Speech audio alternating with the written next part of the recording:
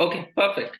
Thank you very much, Shaurya, Manjari, FNF, Rohan, everyone together here. My name is Amit Chandra. I'm currently the CEO of the Center for Civil Society, and I'm here to welcome all of you to this web talk series that we have been conducting with support from FNF South Asia. And very quickly talking about our partnership. The when we work with a partner organization, what we look at is whether we have philosophical alignment. Are we working on a similar kind of policy issues that is common and of mutual interest? And then what are the practices of the policy and philosophical aspect which the organization is keen to work upon? So basically, we look at the three P's: philosophy, policy, and practice, to find whether there is an alignment and we can work together or not. And I'm glad to mention that with FNF South Asia, we find alignment on all of three. And in fact, not just that, those three. The other P I would like to add, the fourth P from my end, is the people. The wonderful people that we have with FNF who have always been supporting of CCS or finding areas of common interest where we can work together. And multiple things that we are working with support from FNF is one, this web series, but apart from that as well, we have a fellowship for teachers, which is called Dharampal Fellowship, that we have been conducting. And many people in this audience who belong to schools or teachers, etc., should look forward to Dharampal Fellowship. The other training programs also we have been designing. And in continuation of our core engagement as to how do we promote education in India as well as South Asia, we look for common themes. And today we have multilingualism. And I think we have got the right panel, but panel introduction will be done by the moderator of the day. But I'm so glad to have my old friend and colleague, Rohan Joshi, being here on the panel to lead this discussion. And Rohan has great experience in this segment. Let me briefly do a quick formal introduction also of Rohan. Rohan was formerly working as a senior fellow at the Center for Civil Society, where he headed the Bolo English project.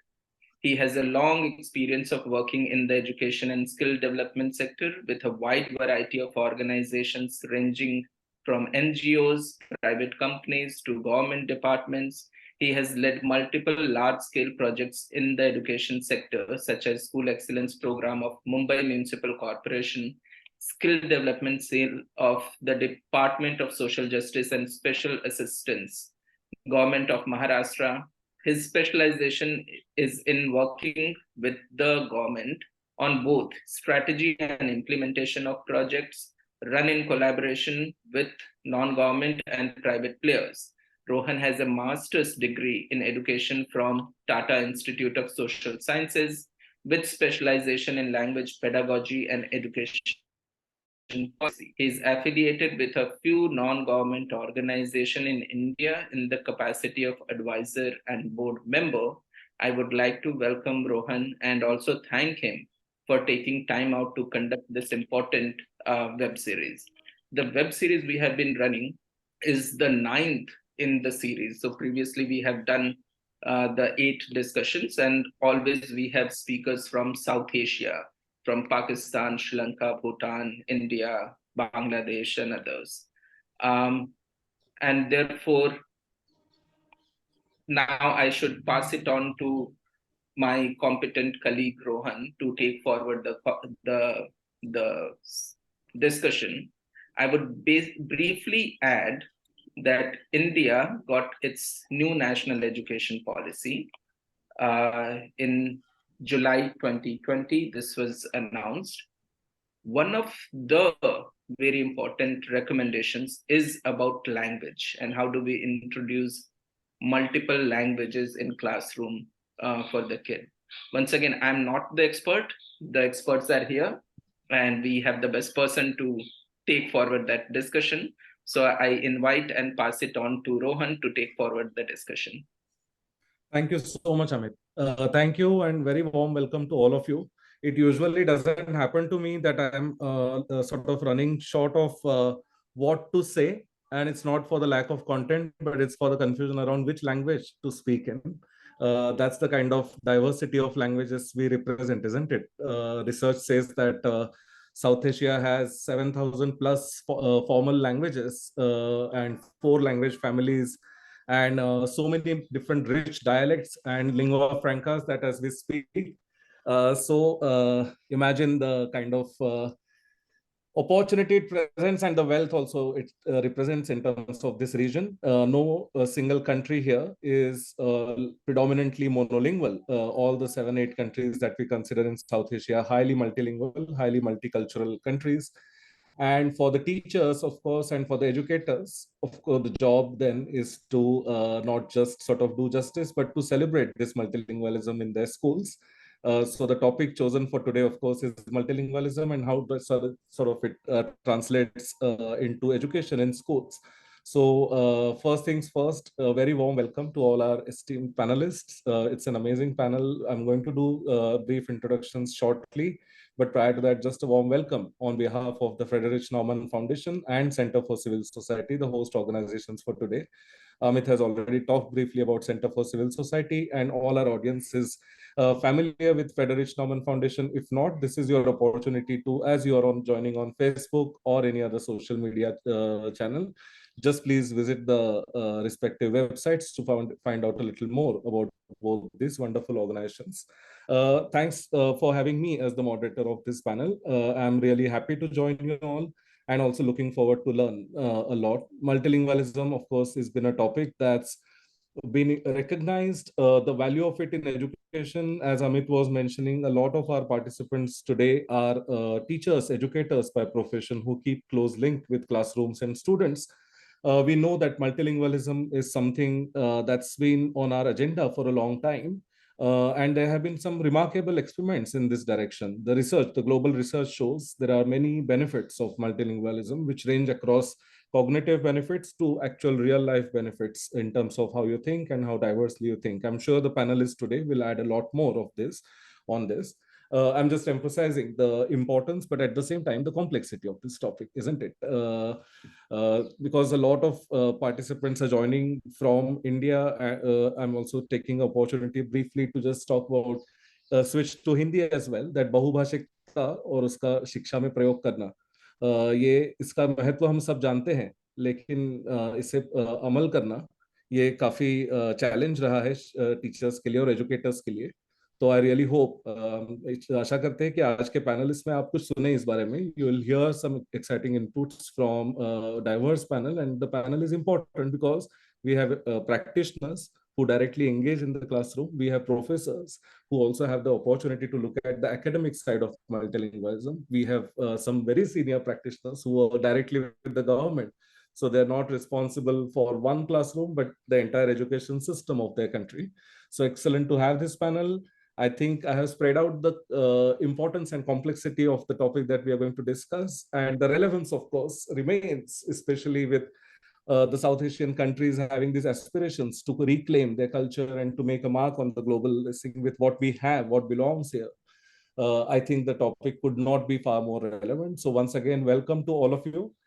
I'm going to do a very, very quick introduction to the panel to all of you so that we know whom we are going to listen to. And after that, I'm going to start our panel discussion. We'll take approximately 30 minutes of a conversation between the panelists and I. There will be some questions that I'll be asking. I invite all the participants who have joined us. First, thank you so much for joining us. It just assures us that what we have chosen as a topic for today resonates with you. Now that, as an extension of that, I also welcome you to share your questions, your comments, your thoughts in the chat box, or use the Q&A option that's there at the bottom if you're joining from your computer. And we will try and do justice to as many questions as possible. Please do share your questions. If you're pointing it to a particular panelist, you can mark that as well. So with this introduction, we are good to go. I'm going to just quickly read out the introductions, the profiles of our speakers. So we have Professor Anjbin Sumro. Professor Sumro is an accomplished English language professional with an MPhil in English literature, currently a dedicated lecturer at Sukkur IBA University, Pakistan, where she specializes in fiction and non-fiction creative writing, multilingualism, and language ideologies. Anjani's research contribution includes publications on elementary education and socio-economic disparity in literature. Welcome, Professor Anjmin. We are looking forward to hearing your thoughts today. Very, very relevant experience. Dr. Prasad Rao, whom I have also known otherwise in the work context, wonderful to meet you, Dr. Prasad here. Dr. Prasad is the founder and chairman of Paramita Group of Institutions, IRIS World School, and Explorica.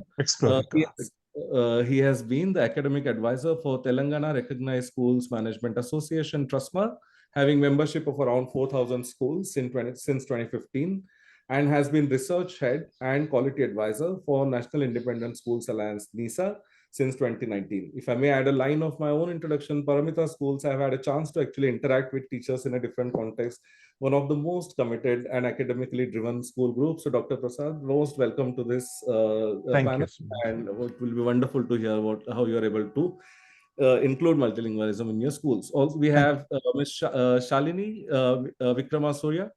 She's an educational consultant who has been engaged by UNICEF on the Child Friendly Schools program and on teacher education.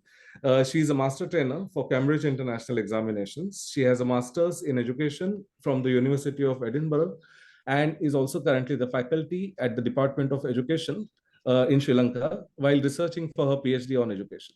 She has served on the Council for Education for the Commonwealth, Scotland, and has held leadership positions at schools. She has additionally developed curricula for music and English education. Excellent. Thank you, Ms. Shalini, for joining us, and welcome. We look forward to hearing your thoughts today. And our last panelist for today, Professor Thakur Paudel. Professor Thakur is an educator by choice, conviction, and passion. His major interests include institutional integrity, national self-respect, moral literacy, and gross national happiness. As the Minister of Education, Mr. Thakur is in tandem with his colleagues moved Bhutan towards fulfilling the MDGs, Millennium Development Goals, and the country's constitutional mandate for education. He represented Bhutan at several high-level meetings and conferences and led Bhutanese delegation to present the country's report on the rights of children, rights of the child in Geneva under the leadership of UN Human Rights Commission. Most welcome to this session, and you represent a part of the group, especially the government side, who is also responsible for making it happen, not just for one classroom, but for all.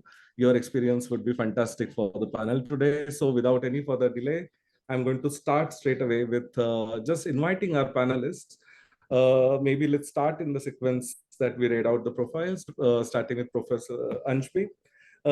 Just quick opening thoughts on multilingualism and classrooms or multilingualism in schools. Just a couple of minutes opening remarks from each one of you. Over to you, Professor Anjbi. Thank you. By saying that I hope voice is. Thank you so much.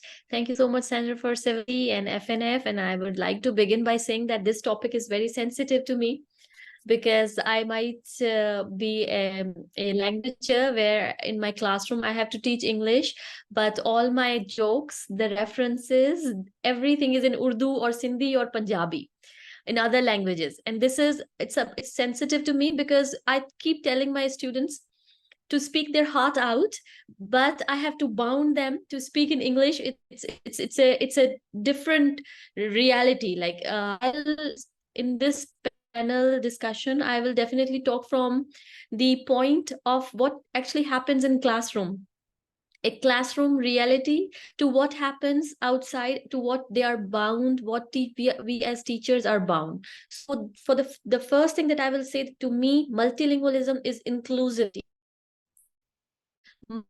multilingualism is the need of time. Multilingualism is what we need to include all, and especially those who feel we are the challenging learners. We are the learners, we are having difficult time, but we are not empowering them. Multilingualism is empowering students. Fantastic. So inclusivity and empowering students. These are the two things that stand out for you in multilingualism. Okay.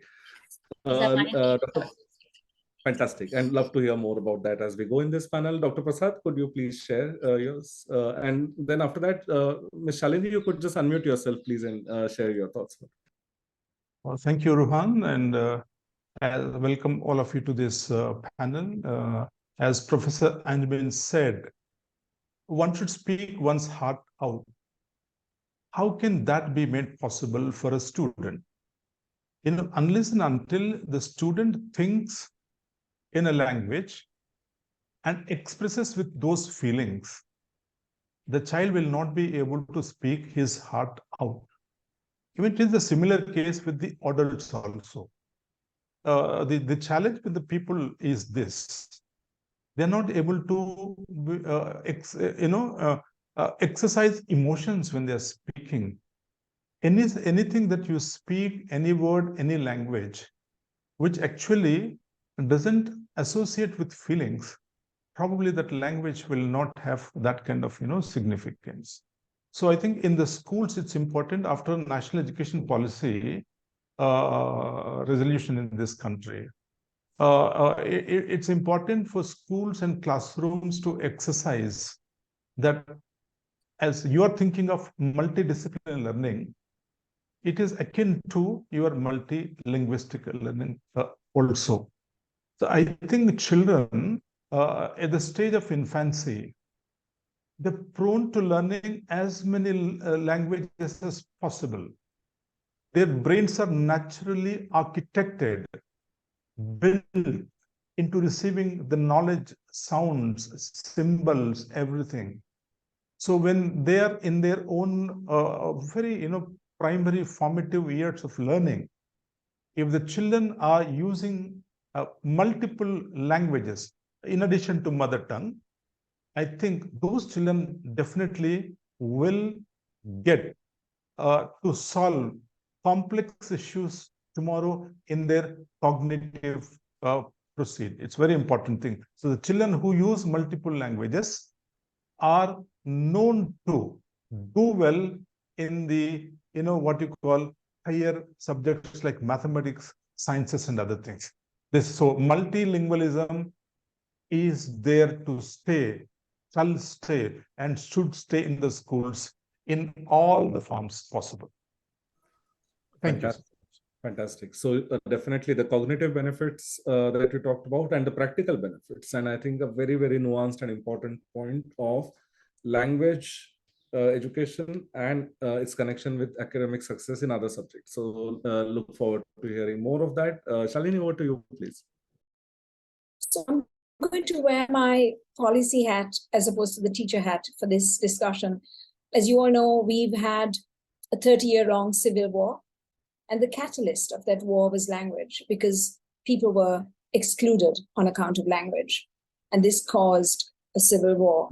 And it also just goes to show how important language is. So we've come from a monolinguistic background, which led to the war. We're trying to make amends. We're trying to use language as a peace-building effort. We only have 2 languages that are functional. And so we have the challenge of, do we teach the children, do we try to make them trilingual because we want to have they tick all the boxes in terms of peace building and social cohesion?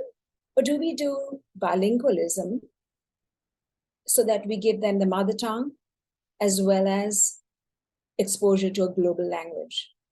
So these are some of the challenges that we face. And I just thought I'd throw it out there because it would be nice to hear the views of those who are participants here. So that's what I'd like to pose to you as a challenge. Well, thank you so much for bringing up this important point, because language, apart from being one of the most complex manifestation of culture, is also been often the point of political contention and exclusion, inclusion both. Similar is the case in case of Pakistan and India as well, with all the different languages that we have and not yet having fully figured out. You know that most of the states in India are actually formed on the basis of language. So just adding my bit, very, very relevant, all these different points. And the policy angle is extremely important to talk about as well. May I invite Mr. Thakur for your remarks, please?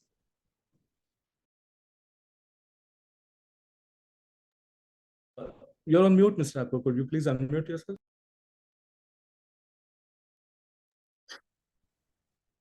Good evening and Kuzizangpo.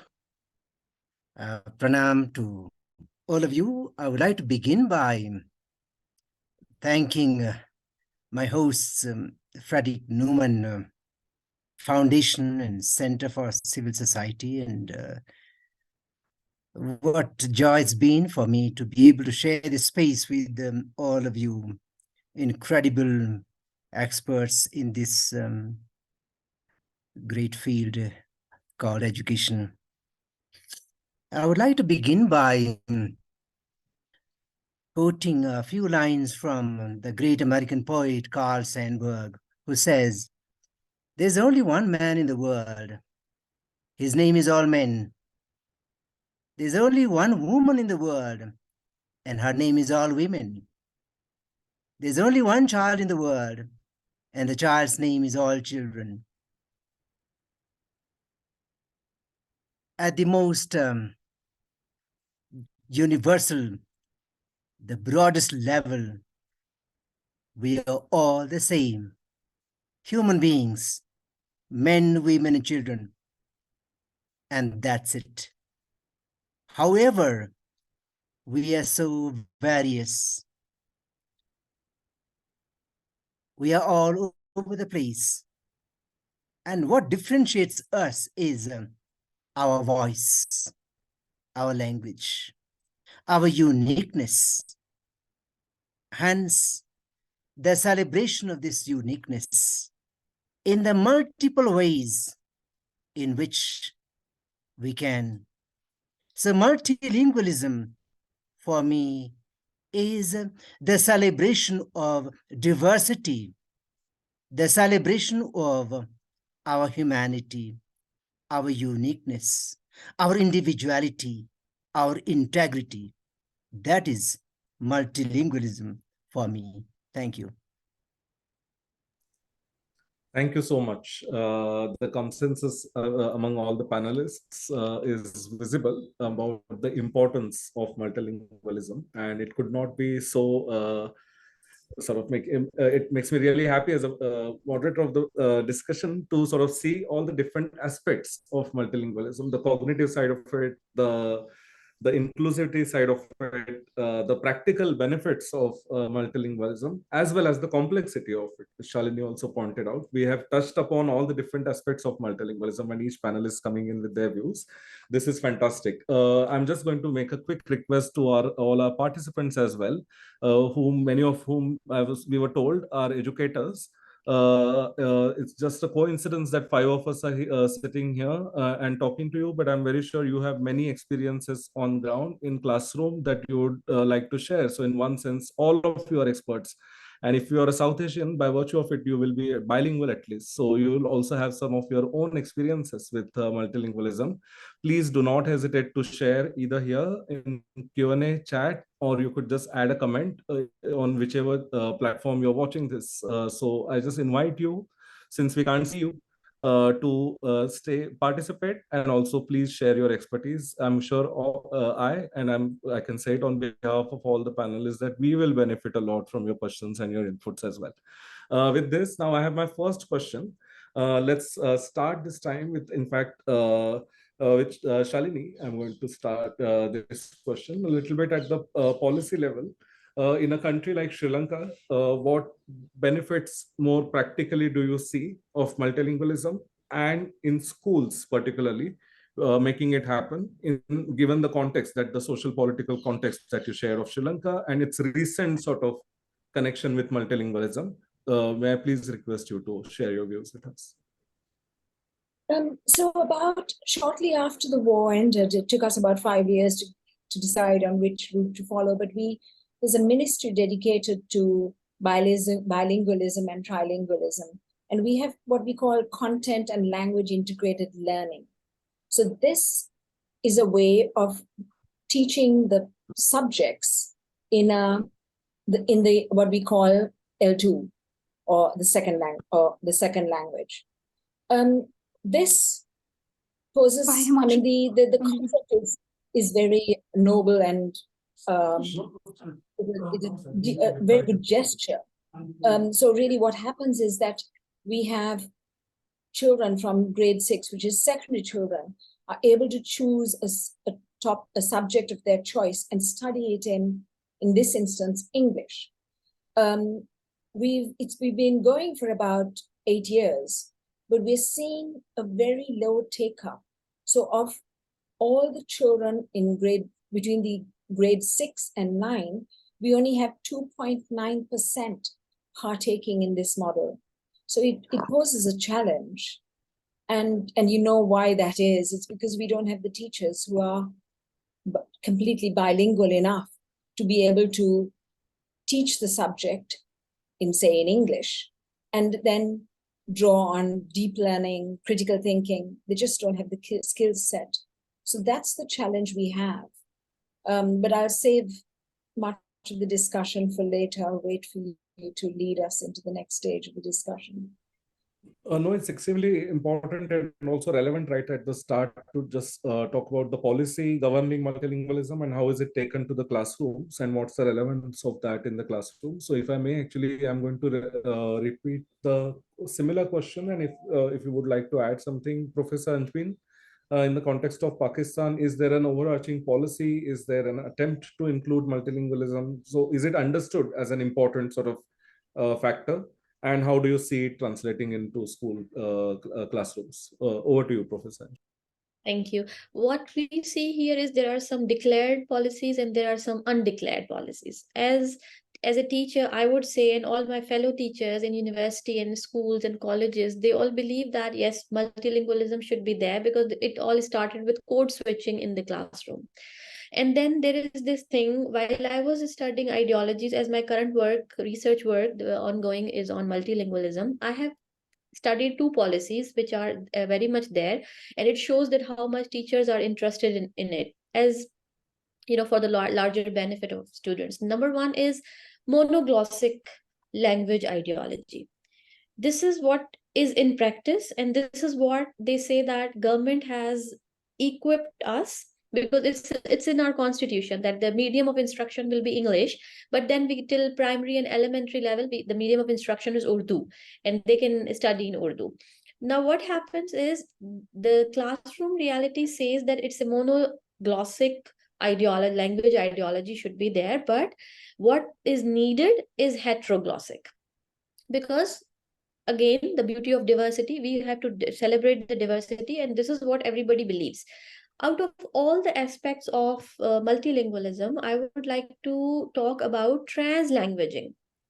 Translanguaging is, this happens when a student reads the content in English or in any language it is written, but now when it comes to interpretation, when it comes to speaking about it in the classroom, or when it comes to writing something about it or summarizing it, they can summarize it in any language, because translanguaging just frees them.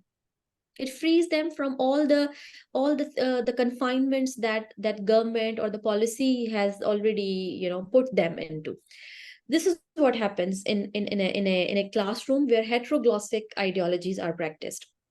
As you said, that is it realized that this has been realized, but because of the ethnic and what they say class conflicts, they are not practicing it. They say that if somebody is speaking, we have 50 other languages, then 5 are main languages, 50 other languages.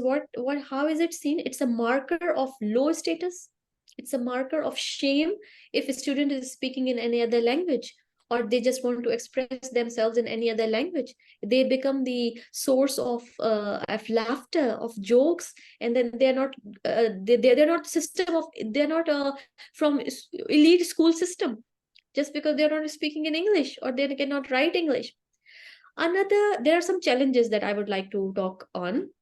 Another is they think that it is a threat to our linguistic diversity if we are monoglossic. We think that our matrix language is English or Urdu. But policymakers are realizing it, but at the same time they think that we cannot come out of the colonial mindset. We cannot detach the power connotation with language. No, it's not in our hands.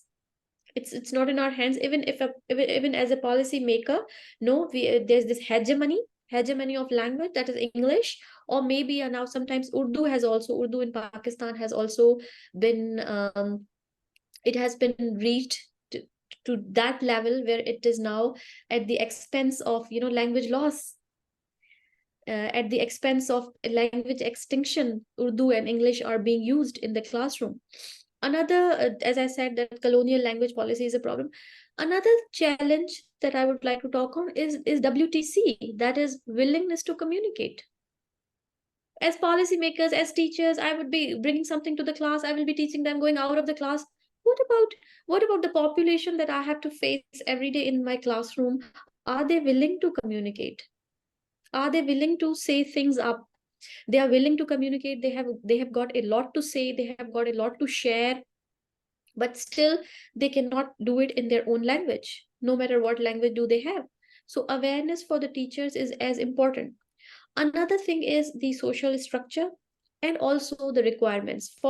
In Pakistan, if you want to join military, you should have the advanced level English knowledge.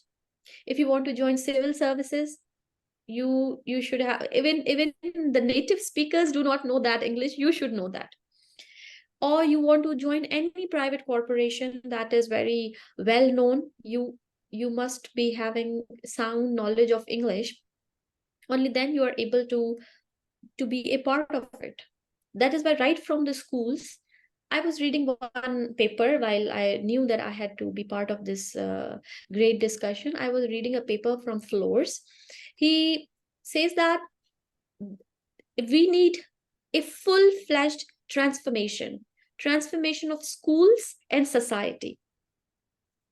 And who will bring that transformation? Only when teachers or someone who is the major stakeholder, that students, listen from them what they want to say. Or as a teacher, if I am the one who is willing to bring about heteroglossic ideology in the classroom, or translanguaging, because translanguaging allows these students to say things in whatever language they want to say, no matter what they have studied. And since everybody is a resource person, the students that are in the classroom or the teacher, we all together make a good resource. And this resource should be definitely, we want to spread this resource, and we want to spread it in what language, in whatever I'm comfortable in.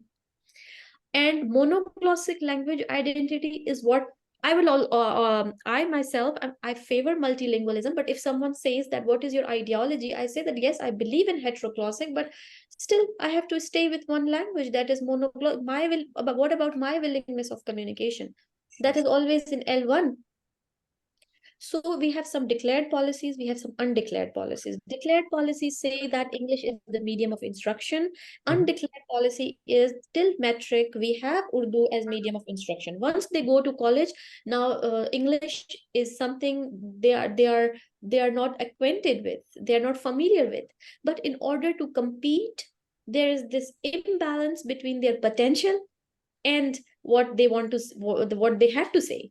They are just put in a situation that you have to express these things in this language. And what about the other indigenous languages that are spoken in Pakistan? There are 50 other languages other than Sindhi, Punjabi, Urdu, Balochi, and Saraiki. Right. 50 other languages. I have this is my 8th year of teaching at public university in Pakistan. My first 6 years were at Agriculture University of Pakistan. So they were studying agriculture subjects, but all the concepts they wanted to know in Urdu and Sindhi. They said that no, we have to communicate with farmers. Why are we studying these terminologies? They are so hard to even pronounce in English. Why not in Urdu or Sindhi? Because at the end of the day, we have to communicate with farmers and all the people who are involved in this field. And now I'm teaching at business school. Year 2, business students want to learn the concepts in Urdu or Sindhi in their own language. They said that we are going to be the marketing persons or HR, and then we have to bound ourselves. Or why are we looked at with an eye of a shame, or we belong to low cultures? That is why we cannot excel in this field, the field that we are in. Sure. So these Well, are the yeah. Right. Sorry, sir. Please go ahead. I think you were making a concluding These statement. are no, these are the challenges. Once you ask all others, I will come to solutions. That's what I think. Sure. Yeah. Yes. No, definitely. We will talk a little bit about the solutions in the subsequent later part of it. So we have about 20 minutes more, and I do want to touch upon a couple of other for the discussion part, and then we still have question answers from the audience, etc. So we have another 30 minutes after 6 o'clock for that. So in the remaining time, though, I do want to sort of bring in both Dr. Prasad and Mr. Thakur, since we are at the policy topic.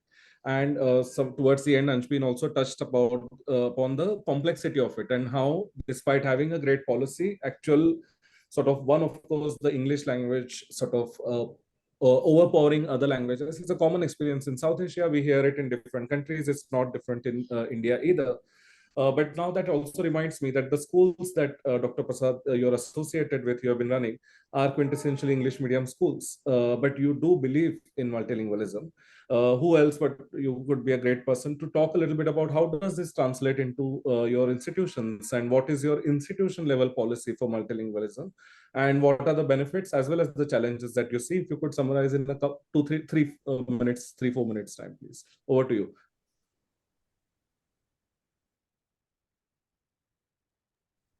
Unmute. Are we audible now? Yeah, thank you. So thank you, Mr. Rohan and Professor Anjbin. After 75 years now, the country is clear that there should be multilingualism in schools. At least the country is very clear. The government is very clear, number one. Number two, at the ground level, I see there's a lot of difference between policy and practice. Policy is very clear, at least after 75 years. But when it comes to practice, though personally, I am completely in favor of multilingualism. You can't expect a child to communicate well or effectively if the child has really not exercised thinking. If the child has not exercised, when you don't exercise thinking, you don't exercise words. You know what, the lexicography, whatever you call that, you can't do that. You won't do that. So your mind needs to fathom different types of languages. For example, if the child is asked to proactively use the language that is being used in his ethnic group or locality, whatever you call that, if the child has exposure to that, and if you can bring that exposure to the classroom, and if he is allowed that kind of a freedom to use a language in learning mathematics or art or science or social, whatever, sports, whatever it is, if the child has been given that kind of a freedom and dynamism, that child will be able to use 1, 2, or more than 2 languages without anything. So in Telangana, South India, what we are trying to do right now is we are following now interdisciplinary form of learning. When you're able to integrate complex subjects like math, science, sports, art, and everything, languages, literature, and everything. So what is the big deal in making the child use 2 or 3 or 4 languages? We are not asking for expertise in literature or poetry. Just asking the child to think in a language, to understand what he thinks or what he speaks, what he expresses, and how he communicates to the world outside.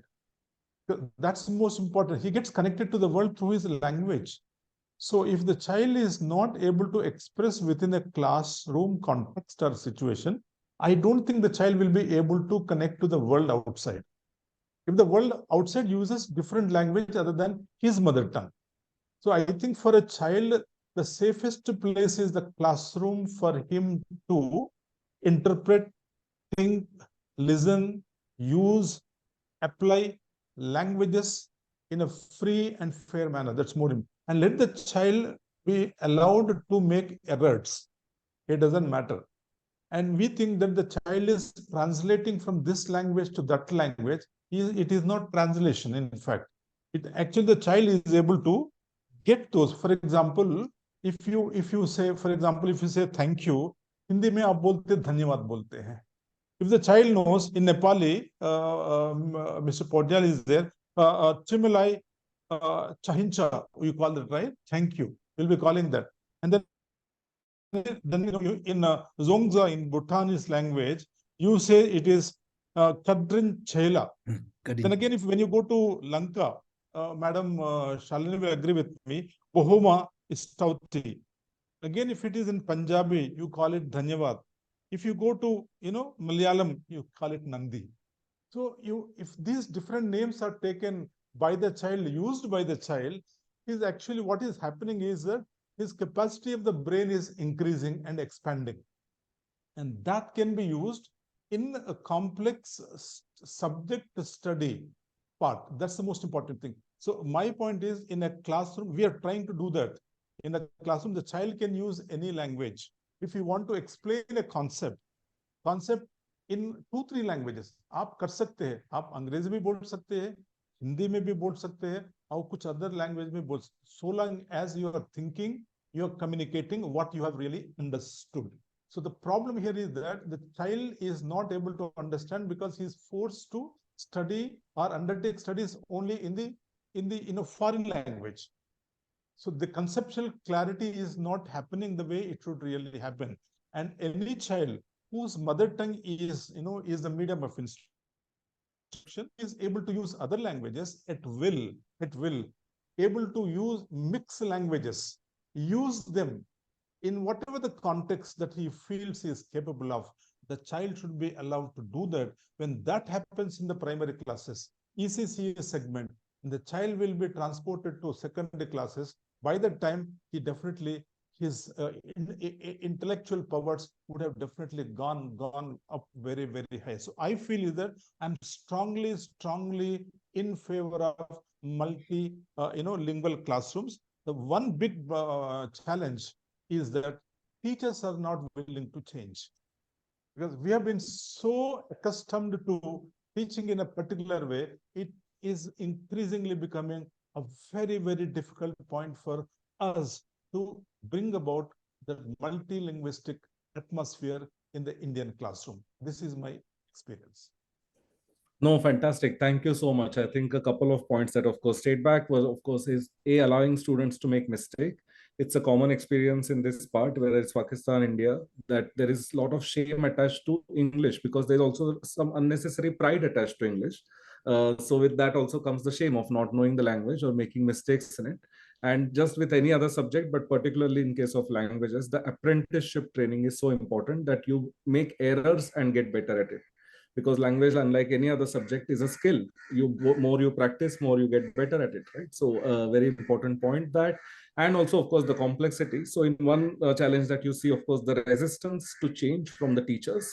And I was just glancing through all the comments that have come, assuming some of them are from teachers. They are pointing towards how difficult it is to practically make it happen. We can, of course, debate over it till cows come back home. But I want to first invite Mr. Thakur, since you have been in a role where all these stakeholders need to be kept happy, each one having the right thing to say.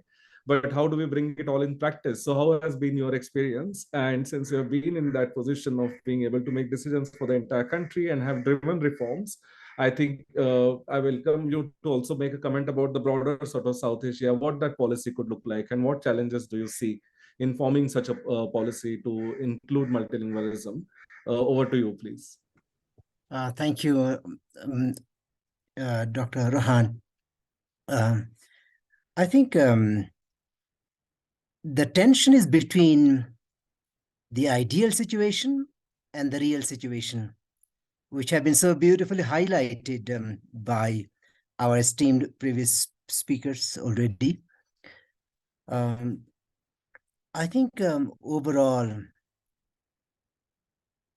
we ought to celebrate the multiplicity. We ought to celebrate plurality and the variety. However, given the fact that life is only so long and no longer, there are practical considerations that governments have to make.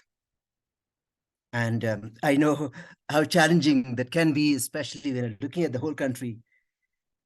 And especially for some of the bigger countries in the region, I'm sure the challenge is going to be even greater. However, that does not and should not stop us from aiming for the ideal situation. Practical problems will always be there. And our economies or our economic situations being whatever they are, there will always be challenges. But within those challenges, how do we bring out the best? How do we achieve the best? I see that we have constrained education to be a means to an end. And the end is normally an employment, a job. If we can think of education beyond employment, as important as it is, beyond jobs, as important as they are, I think we are already able to liberate education to perform a bigger function, have a bigger purpose, have a bigger goal. I think the requirement on the part of our school graduates, college graduates, university graduates, to fulfill the call of the market, corporations, that puts a tremendous constraint, limitation on the possibilities of our schools, colleges, universities, to enable the flourishing of our young men and women. I feel this is so very unfortunate because our students, our children, our boys and girls, our young men and women have such tremendous potential to reach fulfillment, to flourish in their lives. But just because we have these established expectations of how they should behave, how they should talk, how they should operate in a given situation, all those possibilities of flourishing and becoming somebody that they actually can be get so deeply, deeply curtailed. And as an educator myself, I've been in schools, primary schools, colleges, universities, and finally, I had to look after the education ministry for a period of 5 years. But I've been in education all my life, and I know the challenges as a teacher. However, as a teacher, I have believed in one thing more than in any other thing. That is that my biggest challenge has been to preserve the integrity of the learner. And how do I preserve the integrity of the learner? I do that not only by acknowledging the performance of the learner in a given test or an examination, but I do that by acknowledging the uniqueness, the integral self, the integrity of the learner as a person. The learner is not only a pupil, but the learner is a human being. And I feel that it falls upon the educators, the teachers, to be more open-minded, to be more liberal, to be more accepting of the faults, of the mistakes, of the errors that young people make. But if we only insist upon correctness, rigidity, and formal structures, whether it is in speaking or in conducting ourselves in a given situation, we are going to be all the time very cautious, trying to say as to whether we're going to fit the bill, and to that extent, limiting ourselves and also the scope of our institutions. How do we expand the scope of our classrooms, the scope of our schools and colleges and universities? How do we broaden the range of possibility? Not only by speaking correctly in a certain language, but manifesting our possibilities as human beings, as perennial learners. I think our societies are going to be that much more beautiful, that much more advanced, that much more progressive, if we allow the flowering, the blossoming of the many possibilities which are inherent in our young people. It is challenging, but it is not impossible. And I believe that education is based on two principles. One is the principle of hope, and the other is the principle of possibility. Things may not be perfect now, but with effort, they can be made better. It is possible.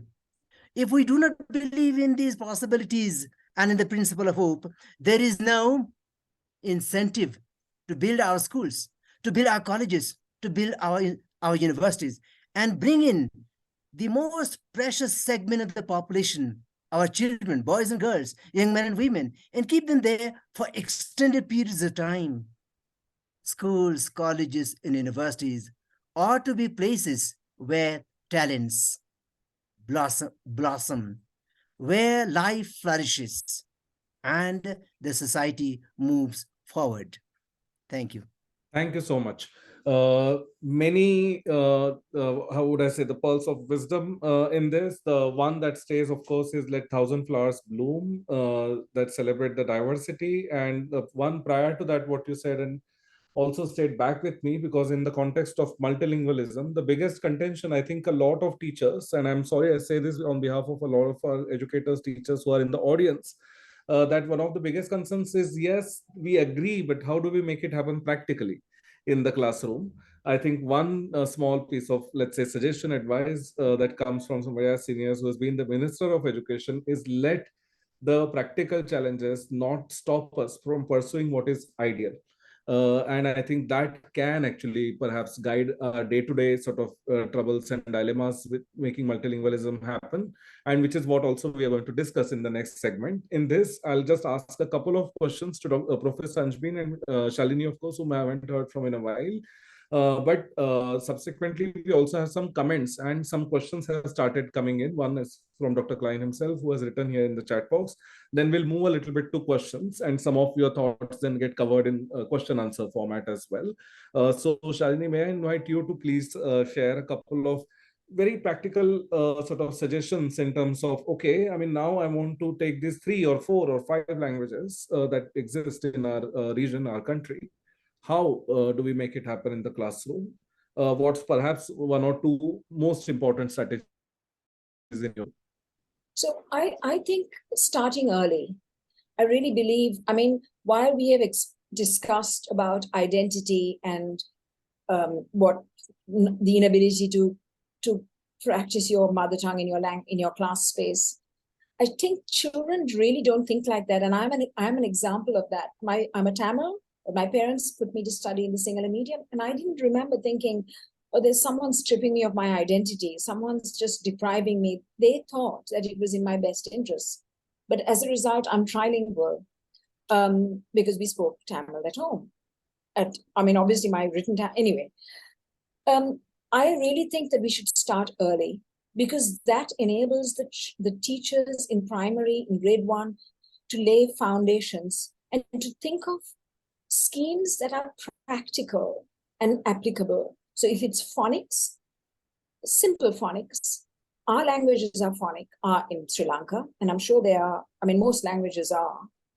80% of the English language is phonic. I mean, we do have irregular words and irregular spellings and so on. But if you start early and immerse the child in hearing the language, even if the teacher is unable, you can have videos, you can have them watch short clips. I know Bangladesh had the Meena series sponsored by UNICEF. The child picks it up, and I personally have seen it again in action when we lived in Denmark, and my children were 4.5 and 2, and they went to school and they picked it up. They didn't think twice about it. They were immersed, but they were in a Danish-speaking country, so it helps. But before you asked me about the practical suggestions, but I really want to emphasize that we have to think about the Sustainable Development Goals, which are about quality education, decent work and economic growth, industry, innovation, and infrastructure. And for us in Sri Lanka, we can't access those without a global language, because medical students are struggling because they don't have Gray's Anatomy is not translated to Tamil or Sinhalese. The engineering textbooks are not translated, the accounting and finance, the IT. And there are incidents of suicide, dropouts amongst secondary school, amongst university undergraduates. And we owe it to them to give them this opportunity to work in a global language. For us, we're too small to think of working, giving them, fulfilling their potential. But the quality education of our SDG is access and fulfilling their potential. And we have to give them that access. And the access is through language. Fantastic. We can't even access Khan Academy because we don't have it in the languages of our choice. Right. No, so anyway. Yeah. No, it's, I think, extremely important point. And we are moving, see, the challenges, I think, are absolutely at a very fundamental level, right? And I think one of the solutions which you gave, and I think it resonates with what Dr. Prasad was saying earlier, is that research also says that at the earlier stage of your life, in early ages, you have the natural sort of flexibility, cognitive flexibility to acquire more languages with much more ease. As such, you can learn a language throughout your life span, but especially in the younger age, the cognitive benefit is with you to learn faster. So starting very early is one clear solution, of course. There are some related questions to that, which I'll take subsequently in our audience. One, of course, is that is there enough government investment made at early education level for promoting multilingualism with teachers? Shalini, I'll come to you. I see the nod, and I had also read the notes you had shared on email prior to this, so I'm going to come back to you about this. Professor Anjbin, could you also just quickly sort of share a little bit about two practices that as an educator, as a teacher, you have tried out? Very hands-on, this can be done today, for example. Recently, I've become a part of the national curriculum of Pakistan. It's a sort of a training that we have to give to other teachers, but first we have to be equipped with whatever we have to deliver. So I think to me, the solution which I was talking about was the connection or a linkage between. There are so many movements going on for the linguistic justice. And there are some people who really belong to this field. They are working on it and they are trying to connect with the policy makers. They are doing it. But what about the connection of what is going on in the classroom with those movements? So the first is that, and this is very much practical because I, as a young teacher, I favor multilingualism, but where do I have to speak about it? What's the platform where my voice will be heard? So it's about, number one is connecting young teachers to the platforms where policies are being made. Consider young teachers as the stakeholders. Number one. Another is, as I already said in the beginning, is inclusivity. If we are including, I have to be very clear to the learners that if somebody is saying things or translating, because they're thinking in Sindhi or Urdu, they're thinking in their native language, but when it comes to English, if they're making, like one of my students made a comment that I am a liver of Pakistan.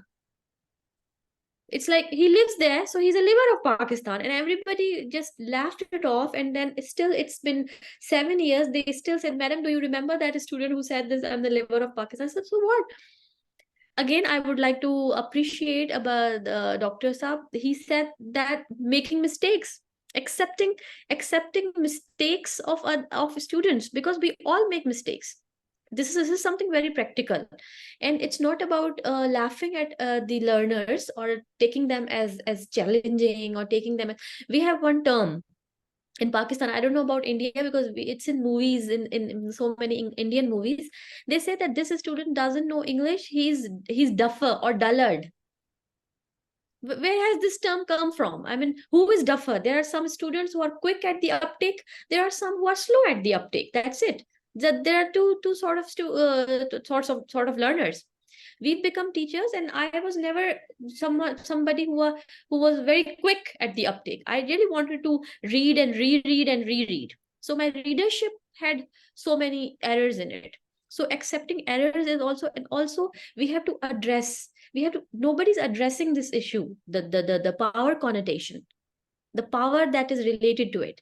And my fellow panelists are very experienced, mashallah, and very senior to me, and they are there in policy making, and they are doing this. So I would like to say that, what was the when they discussed these things, what was the reaction of the teachers? Were they ready to accept this potential? Were they ready to realize and understand the potential of translanguaging? Like, are they letting their students be free or not? Right. Yes, I think the important point around is the teachers and them having a role in policy making itself. If multilingualism is to be practiced in classrooms, we already heard about the resistance part, and I think one part of the resistance could be because their voices are not considered at the time of policy making, and the practical challenges primarily that the teachers face when multilingualism is to be practiced in the classroom. So definitely, yes. The second is connection, which also Dr. Prasad talked about, that allowing children to use one or two more languages to communicate at the sort of mixed languages, the English, as we say in India, Hindi plus English mix, or in fact now Telugu, I don't know whether there is a word for it, but now many Indian languages are now have become like mixed Telugu plus English, and children will speak, especially those who switch to Hindi or any other word when they speak English, actually doesn't show their less command over English, but it shows their command over multiple languages. So I think it's important to sort of keep that in mind as well. I'm going to just quickly do a time check. It's 6:05, and we have a bunch of questions. So with permission, and as graceful and nice they have been, I'm assuming that permission from Dr. Prasad and Mr. Thakur, that can I actually now involve you more in answering the questions that we have received from people, and some of the comments as well. So we'll have some more sort of points to be discussed about the one important issue which has also come as a comment. And I was reminded very quickly, whether it's Bhutan, whether it's India, Pakistan, the ethnic, when I say ethnic, the indigenous or other word for it in India is tribal, the scheduled tribes or the tribal population. Professor Anjmin mentioned about the other languages, which are languages, but they're sort of like not formally considered in the curriculum, etc. How do we bring in? There are actually research studies called other people's languages. How do we bring in those languages in the classrooms? So there is one definite sort of like thought that should be given to this, and it's an important enough point around inclusivity, even within multilingualism. There was another comment about how do we replace English with Hindi to make one language as common for all. Let me clarify that, replacing one prominent language with another is not multilingualism. It's still hegemony of one language if you pick one. So the panel actually is exactly opposite to the idea that you're talking about. How do we make multiple languages important at the same time rather than one language overpowering? So it was a comment, and I'm just responding on behalf, going by the tone of the panel, on behalf of all panelists. I hope they agree. And somebody has kindly pointed out sign languages also. Yes, for those who cannot express themselves verbally, but express through other sort of like through sign languages or any other inclusivity of those languages. It's extremely important. So thank you for those who pointed this out in the comments. Now coming to the questions. So, okay, so one question is about this one particular language. So just like China uses Chinese, France uses French, why cannot we use official language as majority people will speak one official language. Dr. Prasad, do you have something to say about this?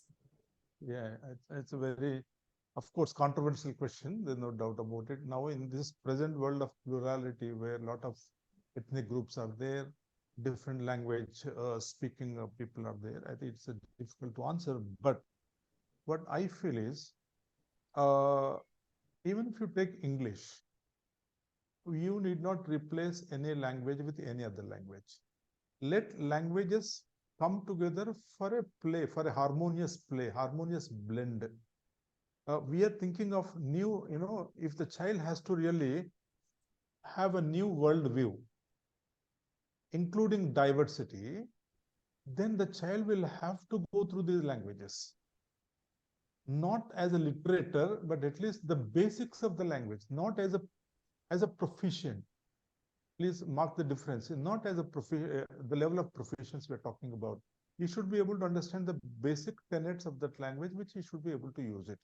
So I think we in our South Asian countries, Bhutan, Nepal, India, Sri Lanka, Bangladesh, in these countries, what I feel is, as it is said, the GDP that's even in India also is allocated for education is very, very less. The other day I was in a conference in Bangalore. One of the small South African nations, the education minister was there as a panel member. He said his country is earmarking 22% of GDP for education. 22% of this one. A small nation in South Africa, close to some, an ocean. So I'm just telling. But this is one side of it. The other side of it is, you please tell me, you want creativity in the children. You want critical thinking in the children. You want problem solving in the children. So if the child has to be creative, how can a child be creative if he is not able to use 2-3 languages itself? What will happen to the creativity? It will take a downturn, actually. So in the classroom, when people say it's very ideal to think of multi-language classrooms. When you are against risk taking, it becomes ideal. If you are a risk taker, if a teacher opens her window to the world of languages, then languages, go into the classroom. People start using it, and you will find within 6 months' time, entire classroom will be buzzing with activity with different languages. So we are scared of doing. We are so conditioned to work in a particular way, to use a language in a particular way, that we are afraid of using multiple languages in a conceptual context. That's more important thing. I think teachers need to come out of this limited thinking possibilities, and once the children start doing it, it will really surprise the teacher that his children are able to use multi-languages within no time, effortlessly. Wonderful. Completely agree. Very nicely put. Thank you so much. And Shalini, you had briefly raised your hand. Would you like to say something here? Would you like to step in? Yes, we are seeing a remarkable phenomenon through necessity, because we're going through an economic crisis. We have jobs, decent jobs, and we're seeing a cohort of young people who are taking the Korean language course. And it's quite hard. The pass rate is a challenge. In 6 to 8 months, and there's a written exam as well as an oral test. And we've just sent the second batch of 5,000. So about 11,000 young people have gone to Korea, having learned Korean in 6 to 8 months. We don't teach Korean in schools because through necessity, they need to pass this written and oral exam, and it's online, and they're going. So there must, I think if there's a will, there's a way. Fantastic. Thank you so much. Yes, definitely. We cannot emphasize more about just embracing this and deciding that this needs to be done. And now let's figure how this should be done. There is one question, I think I'll address it to Dr. Prasad, and then I'll come once again to Mr. Thakur and Anjbin, is because something he said in the initial remarks. So there is a question that there is a general understanding that English is the language which allows you to get better financial opportunities. Would insisting on multilingualism reduce opportunities in the job market? Anybody, but since Dr. Prasad had made a reference to it initially, starting with you and anybody. Yeah. So it has been the thinking of the people in the industry, in schools and universities, that English language, which is a foreign language, I think it is the most important language that is sought by industries for placement. There's no doubt about that. But when you're learning cognitive subjects, when you're learning math, science, engineering, etc., if you are not good at conceptual clarity, conceptual understanding, applications, expression, expressing your understanding in detail, then I don't think you will be able to get into any job, even if you are good at English. So my point is, you are good at English, but your depth of the subject you're talking about is not so good as your English, then I don't think any industry will consider you for a job. All the people who believe that knowledge of English will enable him to get into the job, I am not in favor of. If you have the associative the property of the subject or the knowledge of the subject that you have got, then both these things go together. But in the initial stages of schooling, if you are able to express in any language dynamically, I tell you, sir, that the child will be able to pick up English with the same fluency, even when he does it only with English. I don't think it will reduce the fluency of English in any way if the child is able to use 2 to 3 languages at the school level. So he will be ready by the time he goes to graduation or post-graduation, that his language, whether it is English or any other thing, will be as good as otherwise. I agree to that point. And this is what is one of the aspects of translanguaging is there. Because once you've understood the concepts, and I would say, as Madam said, that we have to start early. So if it has started early and you have just given them a chance, a freedom, and you give autonomy to students to express their ideas in any language, then they will be so curious to learn it in any language, and they will adopt it naturally. Yes, you're right, sir. I agree to it. Absolutely. No, thank you so much for highlighting these points. I think the question is adequately answered. There are a couple of long questions which I'm just reading out, acknowledging because they asked these questions, and those are partially answered already, or in fact fully. One was, of course, that, while communication in regional language helps in understanding the concepts better, should the medium of education in terms of language in textbook change from English to regional language? Or is there any other way? So essentially, do we need to change the language medium of instruction, the language of instruction from, let's say, English to the regional language to make classrooms more multilingual? And wouldn't English terminologies help better in understanding the subject when it comes to higher studies where translations are not easily available? If that is so, are policies actively stopping the teachers from explaining the concept in regional language while continuing the use of English for reading and writing? I mean, with our experience of thousands of schools, at least in India, we know that the school operates as an English medium, but teachers, of course, do switch between regional language and English when they instruct and talk to the students. Adopting formal curriculum, I know in case of India, we already have, each state has its own textbooks in state level languages, but let's hear about how is it in Bhutan and how is it in Sri Lanka and Pakistan, for example. Mr. Thakur, would you like to add something? Do you think that the language needs to change from English to the regional language when you teach in the classroom? Does the syllabus need to change from English into the regional language? Thank you. I was going to respond to one question I saw on the screen, but I Please think go we ahead. moved on. Please. That's all right.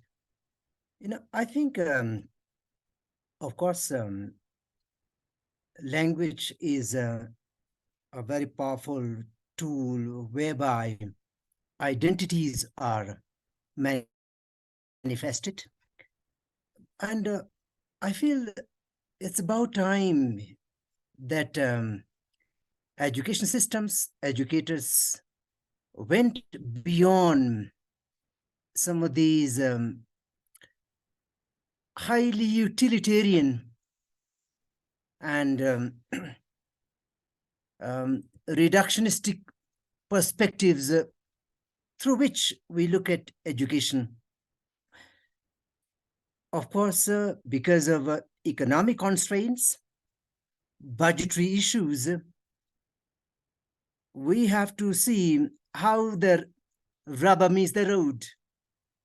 But I feel that education ought to be seen in a brighter light, in a more sublime light.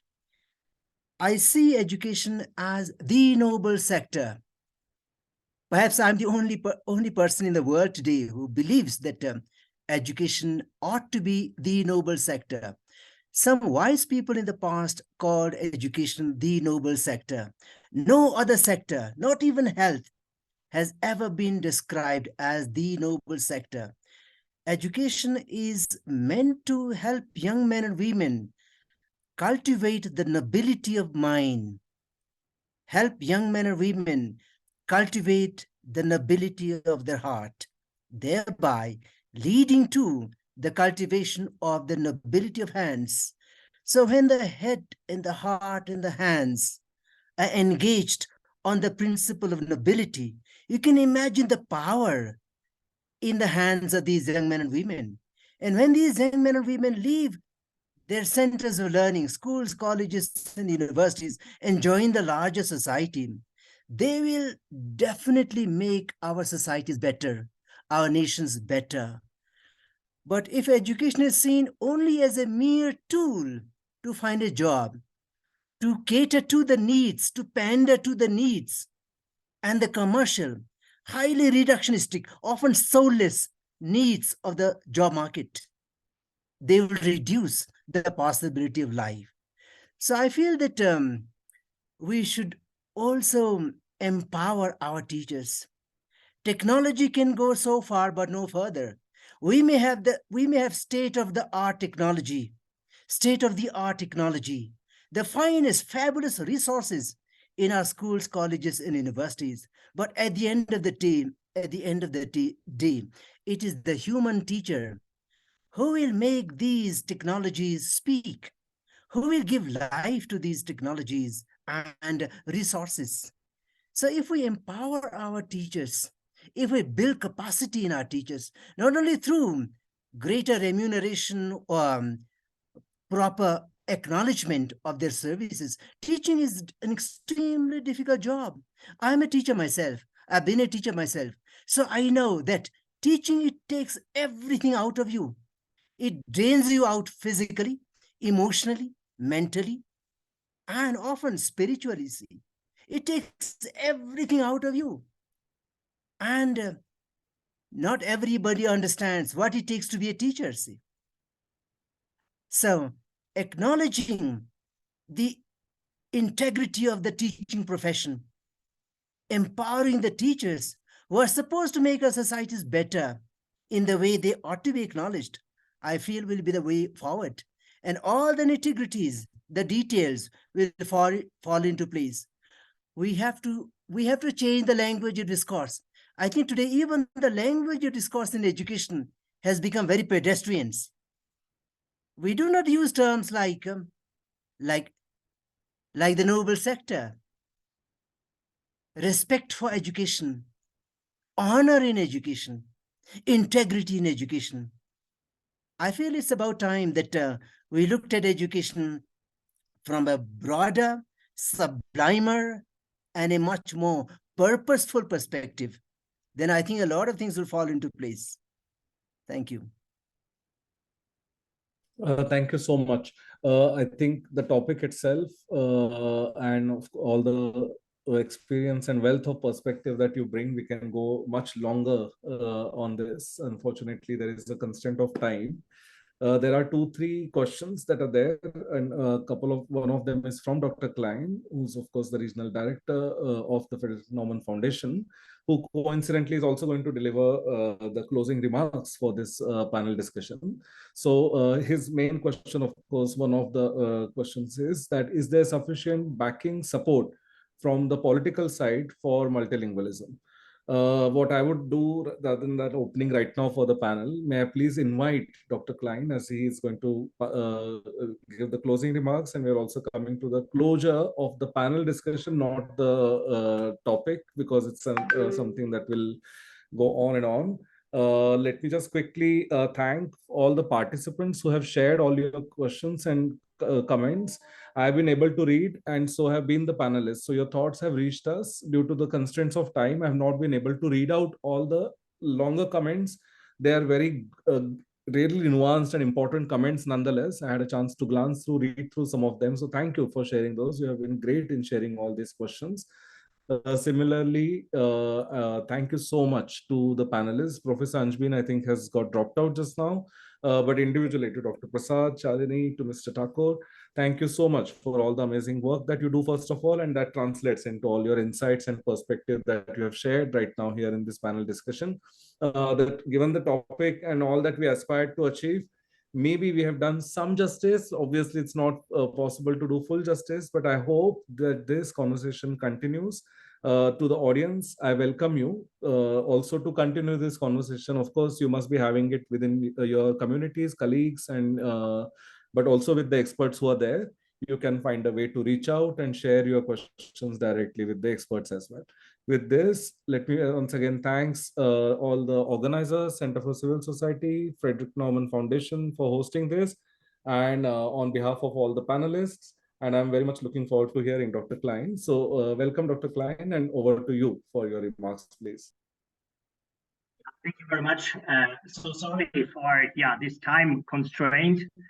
It was really an excellent discussion, and I think the audience shows how important this issue is. So again, my thanks to Professor Samro, to Dr. Vikram Surija, to Dr.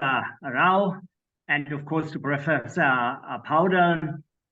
Not to forget Rohan Joshi, our excellent moderator. With that, I would like to hand over the thank you certificates, quite unique ones, to you, and you will also see a QR code. So please, all dear panelists and especially audience, always feel inspired to give us some comments. That will be really wonderful. We will, as Frederick Naumann Foundation here in South Asia, together with our dear partner CCS, definitely continue this series. So thanks again for this excellent opportunity to talk about opportunities, but also challenges of multilingualism. I myself have to say I'm a big advocate for the possibility of learning many languages from a very early age. I myself hadn't had this opportunity, so I really bow for all the South Asian students who have the chance to, in their very early age, also learn some other languages, amongst them, of course, English.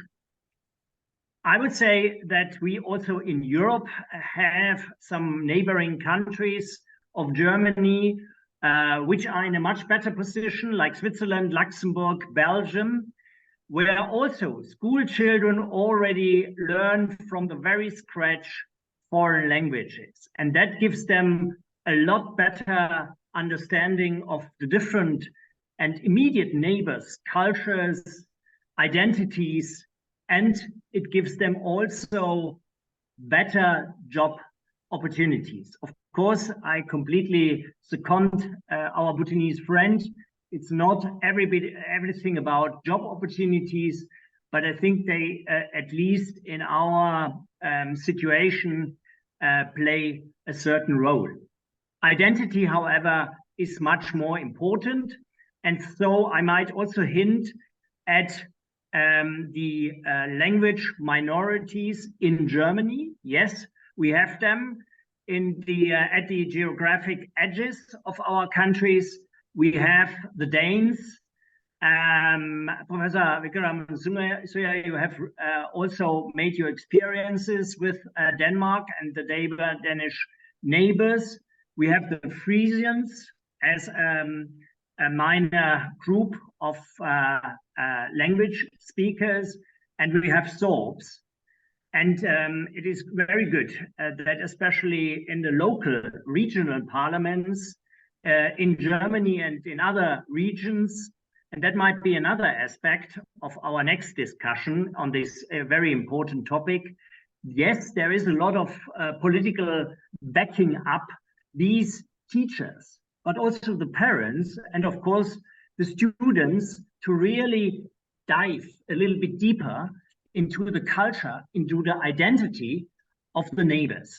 And that is, especially from a European historic lens, a very, very important issue, because only with this you could overcome borders, frontiers, cultural frontiers, and even, as we know about the tragedy of our own history, to also overcome historical boundaries and make friendship amongst former enemies.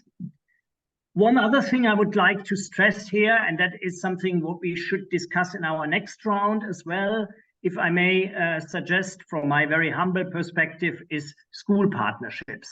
I really believe that partnerships beyond borders from schools with multitude of different languages, of cultures, is giving a student from the very, very beginning of their career a possibility to understand the neighborhoods, and therefore, and that is also a very important hint here, the integrity of South Asia and of course also of Europe. So thank you very much to all of you again. It was a very, very extremely intensive and fruitful discussion. Thanks especially to Amrit Chandra, CEO of CCS, and Mrs. Shoria from CCS team. Thanks for the excellent cooperation we always have with you, not only in the field of this educational series. Thanks, and please also allow me about that. To our Friedrich Naumann Foundation South Asia team, especially our program managers, Mrs. Hasija, Mr. Paljor, dear Mrs. Mishra, Mrs. Saxena, and others, Tashi. Thanks for all your personal efforts for organizing such a webinar. And again, thanks, dear panelists and moderator, and thanks, dear audience, for giving us this chance to interact with you very closely. Do not hesitate to visit our homepage. There you will also see about other activities of Friedrich Naumann Foundation in our area. And do please also follow us on social media. Again, thank you very much for this great interaction. And I'm pretty much sure that we see each other again or anew in person very soon. Thanks again to the audience for this very relevant comments. And I wish you a very, very good evening and a very good and healthy time ahead. Thanks and a good evening from New Delhi. Thank you very much.